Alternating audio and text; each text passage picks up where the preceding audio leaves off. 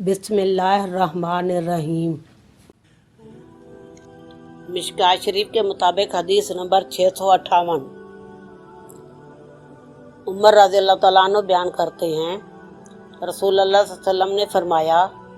जब मौज़न कहता है अल्लाहु अकबर, अल्लाह सबसे बड़ा है,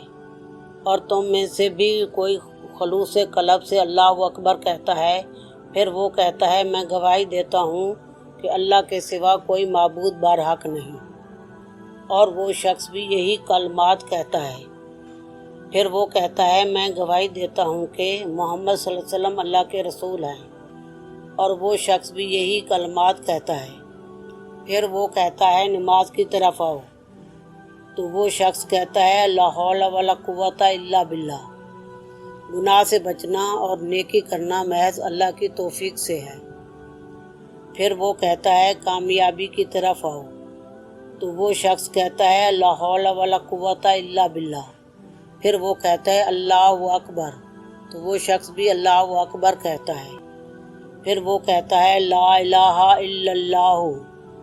तो वो शख्स भी कहता है ला इलाहा इल्लल्लाह, अल्लाह के सिवा कोई माबूद बरहक नहीं, तो वो जन्नत में दाखिल होगा।